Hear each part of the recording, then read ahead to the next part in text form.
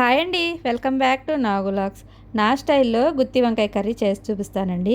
ముందుగా తాజా వంకాయలను శుభ్రంగా కడిగి పక్కన పెట్టి, వంకాయల్లోని స్టఫింగ్ కోసం 2 స్పూన్లు నువ్వులు, పావు కప్పు వేరుశెనగ గుళ్ళు, 2 స్పూన్ల పచ్చిశనగపప్పు, 2 స్పూన్ల మినపగుళ్ళు, హాఫ్ టీ స్పూన్ జీలకర్ర, 4, 5 ఎండుమిర్చిని వీటన్నిటిని ఫ్రై చేసుకొని చల్లారిన తర్వాత మిక్సీ జార్లోకి వేసుకొని 4, 5 వెల్లుల్లి రెబ్బలు, 1 స్పూన్ ధనియాల పొడి, రుచికి సరిపడినంత ఉప్పు వేసి మిక్సీ పట్టుకోవాలి. ఇప్పుడు ఈ మసాలాను ఒక ప్లేట్లోకి వంపుకొని ఒక గిన్నెలోకి నీళ్లు తీసుకొని అందులో కొద్దిగా ఉప్పు వేసి వీడియోలో చూపిస్తున్నట్టుగా వంకాయలను కట్ చేసుకొని వంకాయలన్నింటినీ ఒక్కసారే కట్ చేసి ఉప్పు నీళ్ళల్లో వేసేసుకోవాలండి.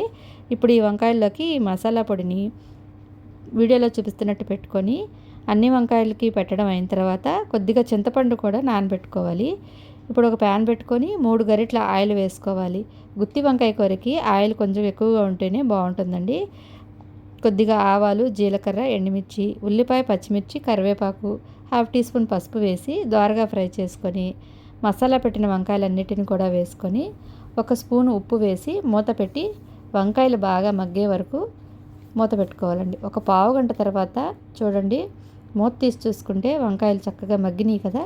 ఇప్పుడు వీటిల్లో 2 స్పూన్ల కారం వేసుకొని చింతపండు రసాన్ని చిక్కగా పిసికి ఆ గుజ్జునంతటిని కూడా పోసి బాగా కలిపి ఈ వంకాయలన్నీ ఉడికే వరకు ఒక 20 నిమిషాలు మూత పెట్టి బాగా ఉడకనివ్వండి.